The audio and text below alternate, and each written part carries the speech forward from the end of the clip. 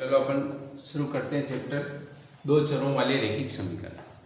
ठीक है, उससे पहले अपन निर्देशांक ज्यामिति का छोटा मोटा सा ज्ञान अपन प्राप्त कर लेते हैं। निर्देशांक ज्यामिति क्या होती है? निर्देशांक ज्यामिति में निर्देशांक ज्यामिति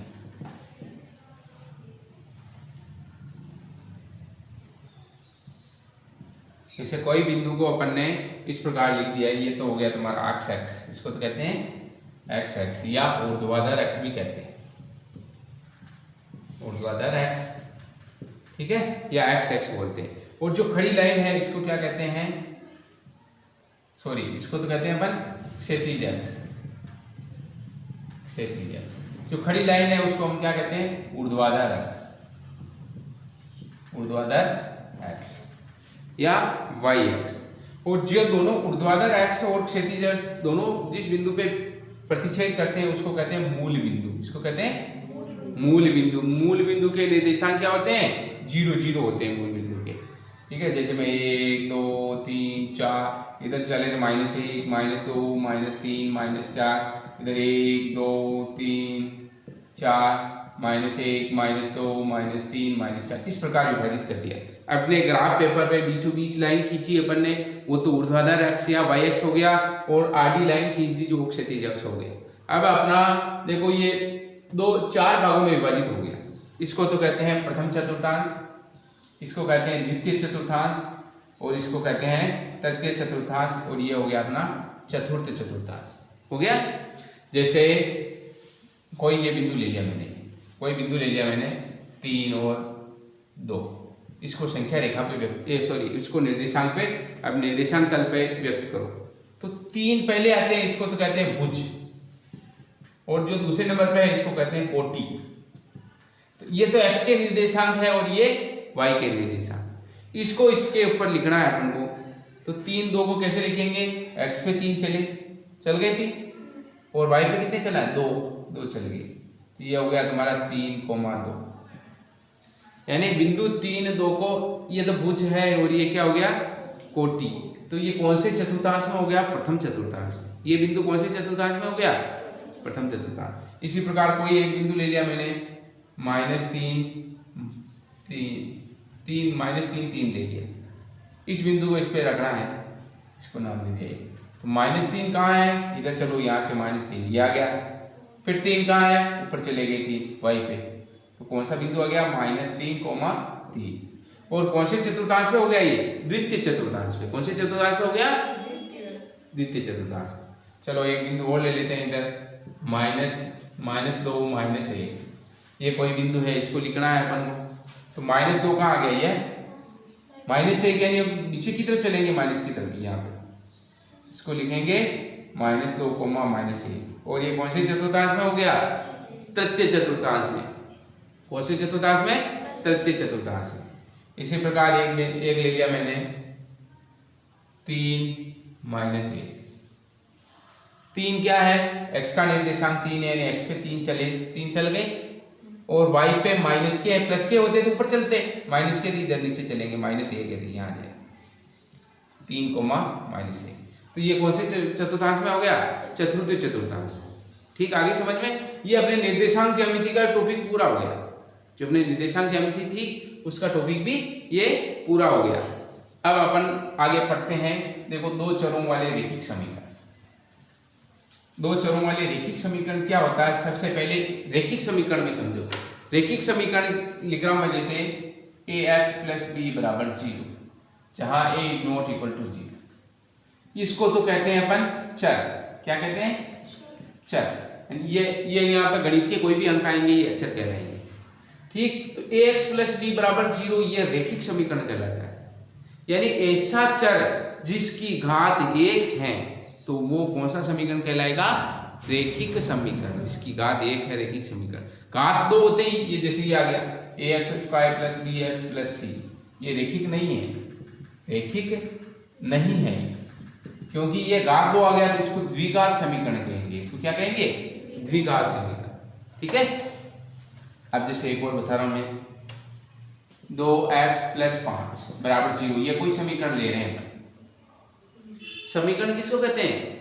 छोटी क्लासों में पढ़ा होगा, जैसे एक तराजू होती है ना, तराजू, तो ये तराजू एक समीकरण की तरह है। जितनी संख्या इधर, जितना वाट डालेंगे उतना ही अपन सामान डालेंगे, तभी ये रहेगी इधर। यानी जितनी संख्या जोड़ेंगे उतनी अपन इधर जोड़नी पड़ेगी, तभी तभी अपने ये संतुलन में रहेगा। ये एक तरह का ये समीकरण है, समीकरण एक तराजू की तरह है। जैसे अब मैं इस 5 दोनों तरफ क्या किया, -5 कर दिया, ठीक है, तो दोनों तरफ करना पड़ेगा। अब देखो 2x + 5, इसमें ये तो कहलाएगा चर, और ये क्या है बाकी अचर।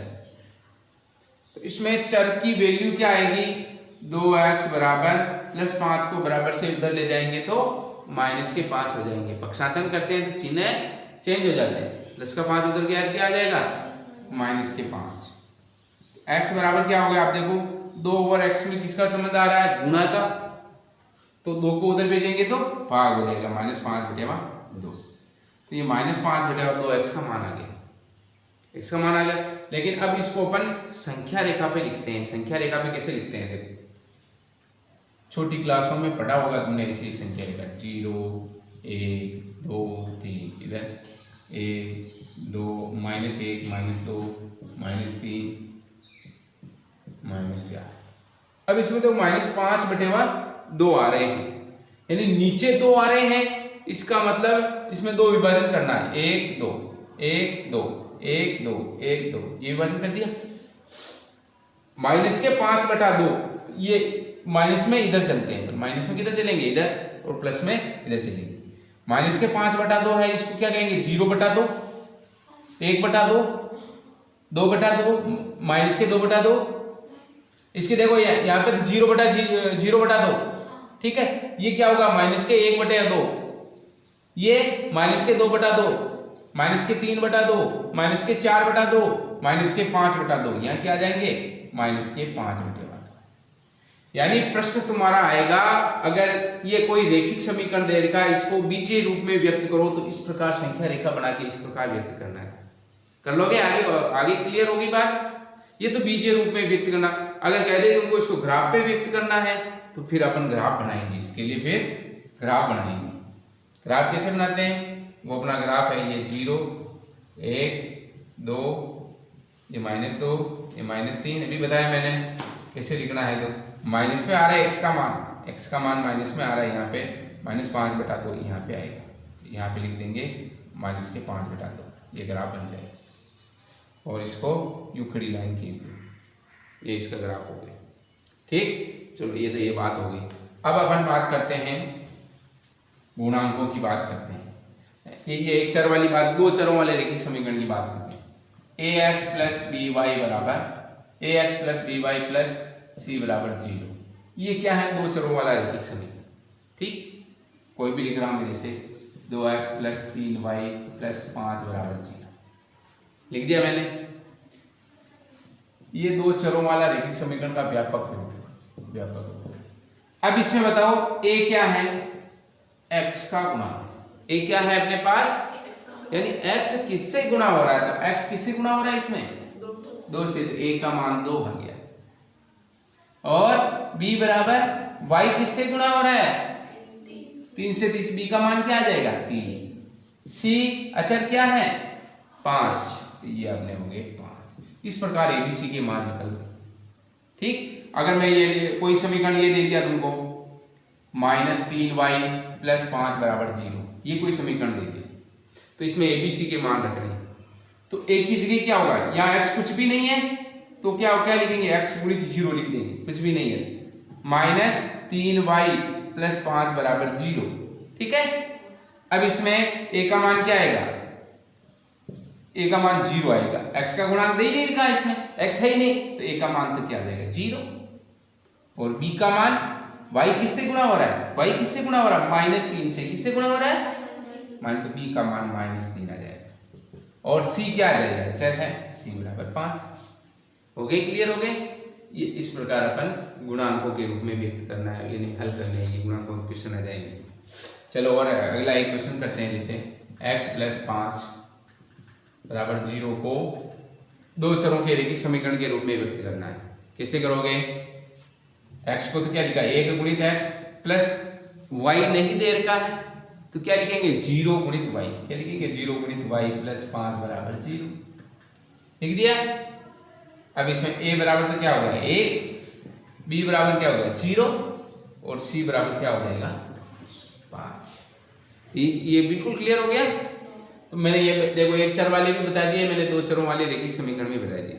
अब एक चर वाला रेखिक समीकरण था अपने पास, जैसे ये बात की थी अपन, एक चर वाला ये वाला ये ले लूँ वापस, x प्लस 5 बराबर 0, तो x का मान क्या हो गया 5 को उधर भेज दिया -5, तो ये मान क्या होता है अद्वितीय हल होता है। क्या होता है, यानी x का केवल एक मान ही प्राप्त होता है, इसको अद्वितीय हल कहते हैं। समीकरण कौन सा हुआ, एक चर वाला रेखिक समीकरण। क्या हुआ, एक चर वाले रेखिक समीकरण का अद्वितीय हल होता है और एक ही हल होता है। इसी प्रकार अपन दो चरों वाले की बात करें, x प्लस वाई बराबर 5, ये दो चरों वाला रेखिक समीकरण, ठीक। अब इसमें क्या करेंगे, x बराबर 5, y को उधर ले गए तो माइनस वाई हो गए।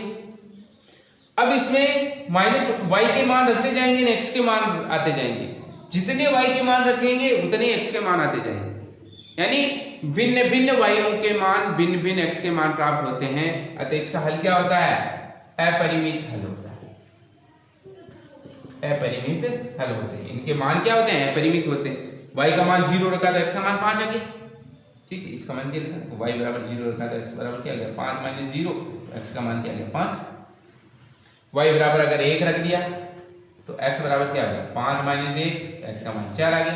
यानी भिन्न भिन्न y के मानों के लिए भिन्न भिन्न x के मान प्राप्त होते हैं, या भिन्न भिन्न x के मानों के लिए भिन्न भिन्न y के मान प्राप्त होते हैं। तो इसलिए क्या होगा, अपरिमित रूप से अनेक हल होंगे। चलो अब अपना क्वेश्चन करते हैं अपन। देखो क्वेश्चन नंबर दूसरे का 8वां प्रश्न बता रहा हूं मैं। इसमें क्या दे रखा है कि 5 बराबर 2x दे रखे हैं और इसको किसके रूप में लिखना है, ax plus by plus c बराबर 0 के रूप में लिखना है और a b व c के मान निकालने हैं। ये भी मैंने बताई था कैसे, 2x तो 2x लिख दिया मैंने, ये 5 के बराबर से इधर आ रहे थे इधर ले गया तो क्या हो गया -5, क्या हो गया ये 5 ने 5 को बराबर से इधर ले गए -5 बराबर 0। आगे समझ में।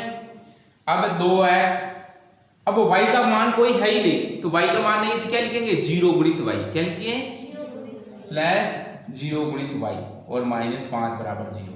इस रूप में आ गया अपने पास ax प्लस by, यानी a की जगह क्या आया 2, b की जगह और c की जगह -5। वेरी गुड, ये आ गया, ठीक है। कर लोगे, बिल्कुल इजी, ये सारे आ जाएंगे ऐसे। देखो अपने पास क्वेश्चन दे रखा है, दूसरे का पहला क्वेश्चन है 2x प्लस वाई बराबर 7 के 4 हल ज्ञात करो। क्या ज्ञात करो, 4 हल ज्ञात करने। सबसे पहले देखो इसमें चर कितने, 1 2, कितने चर आ रहे हैं, 2 चर आ रहे हैं। तो क्या होगा, ये 2 चरों वाला रेखिक समीकरण होगा और इसके क्या हल कितने होते हैं, अनेक हल होते हैं। कितने होते हैं, तो इसको कैसे करेंगे, सबसे पहले तुमको ये ध्यान में रखना है जिसका गुणांक कम है या जिसका गुणांक 1 है उसको इधर रखेंगे, बाकी को बराबर से उधर भेज, तुम्हारी बहुत इच्छी रह जाएगा।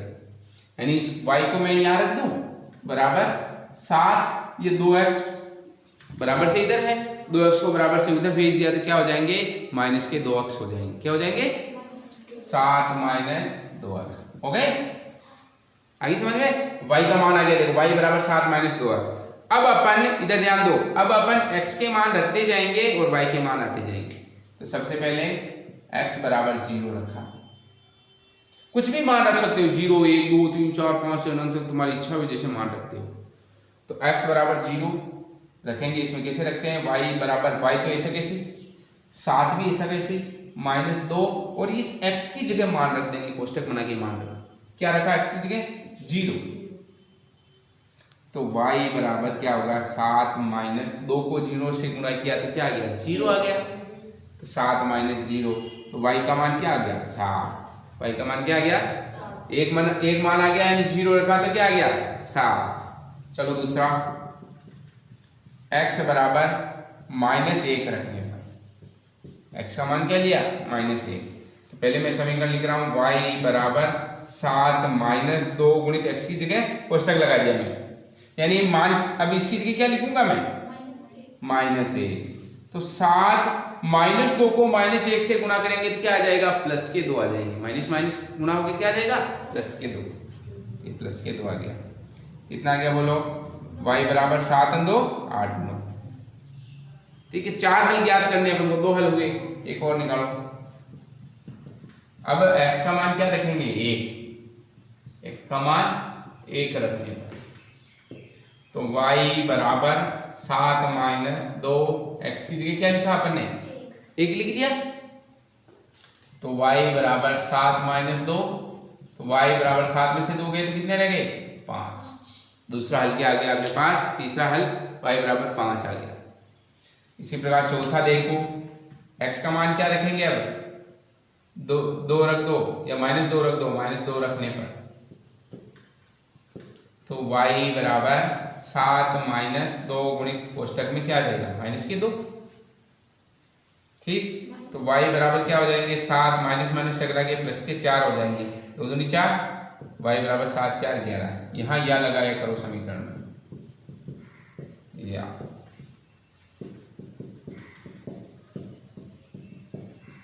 y का मान क्या हो गया? 4। अब इसको अपन ऐसे सारणी बना दो। x का तो क्या आया मान? देखो x का, ये x और y, x का मान क्या रखा था अपन ने? 0, तो y का मान क्या आया? 7। इसमें x का मान क्या रखा? -1, तो y का मान क्या आया?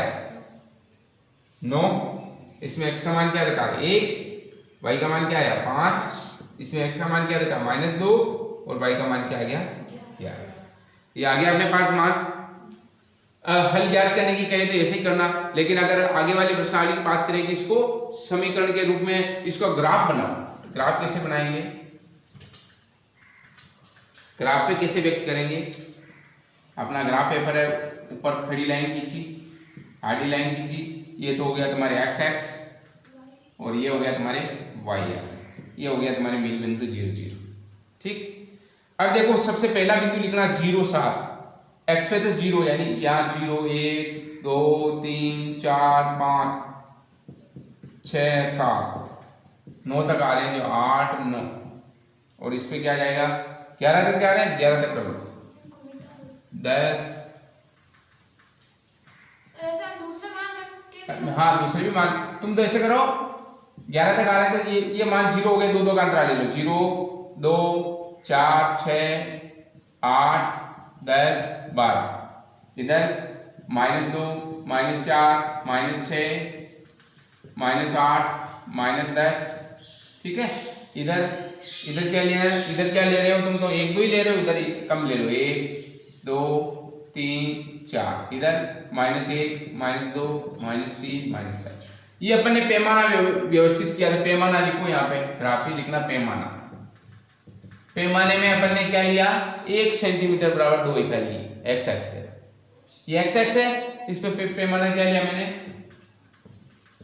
1 सेंटीमीटर बराबर 2 इकाई, और y पे तो 1 सेंटीमीटर बराबर 1 इकाई लिया, और y एक्स पे क्या लिया अपन ने? 1 सेंटीमीटर बराबर 1 इकाई। अब इसका मान रख दो, देखो x का 0, x पे 0 यहाँ पे 0, और y पे क्या आ रहा है? 7 क्या आएगा y पे मान? ये ऊपर वाला, इधर सॉरी अपन ने गलत लिख लिया, 1 मिनट, इसमें देख लो, पैमाना वापस देख लो, इसमें देखो x का मान, देखो x के मान तो कितने 0 1 2 तक ही आ रहे हैं, तो x एक्स पे पैमाना क्या लिख लोगे? पैमाना x एक्स पे क्या लोगे? 1 सेंटीमीटर बराबर 1 इकाई, और ज्यादा जाता हो तो 1 सेंटीमीटर 2 इकाई ले लो, और ज्यादा 100 तक जाता हो तो 1 सेंटीमीटर बराबर 5 इकाई या 10 इकाई ले लो। और y एक्स पे क्या लिया पैमाना? अब y एक्स पे 11 तक जा रहा है, ठीक है, तो y एक्स पे 1 सेंटीमीटर बराबर क्या ले लिया? 2 इकाई ले लिया, देखो इस पे 2 2 का ले लिया। ठीक, अब अपन को 0 और 7 लिखना है, x पे 0 कहाँ है? यहाँ पे, और y पे 7, प्लस के 7 है तो ऊपर चलेंगे, ये 6 हो गया, यहाँ बीच में क्या हो गया? 7, इस पे छोटा सा बिंदु लगा के गोला कर दिया, और इस पे लिखेंगे 0,7। ठीक, चलो अब x पे -1 कहाँ आ रहा है? यहाँ पे आ रहा है, और y पे कितना आ रहा है? 9 कहाँ आएगा? 8 और 10 के बीच में, यहाँ पे 9, और यहाँ पे कोष्टक में क्या लिखेंगे? -1,9। इसी प्रकार x पे आ रहा है 1, x पे 1 कहाँ? यहाँ आ रहा है, प्लस के 1 और y पे आ रहा है 5 का आएगा यहाँ पे। इसमें देखो y पे x पे -2, x पे आ जाएगा -2 और y पे आ रहा है 11 कहाँ आएगा यहाँ पे, यहाँ लिख दो -2,11। अब अपन इसकी लाइन खींचे, इस पे इन बिंदुओं को मिलाएंगे तो एक रेखा बन जाएगी। क्या बन जाएगी? रेखा। और इसका नाम लिख दो, कौन सी रेखा थी जो उसका नाम लिख देना। ये अपना ग्राफ बन गया। रेखा चित्र पे अपन ने इसको व्यक्त कर दिया, हल करना भी बता दिया और इस पे कैसे ग्राफ बनाएंगे वो भी बता दिया मैंने। ठीक है, चलो अब अपन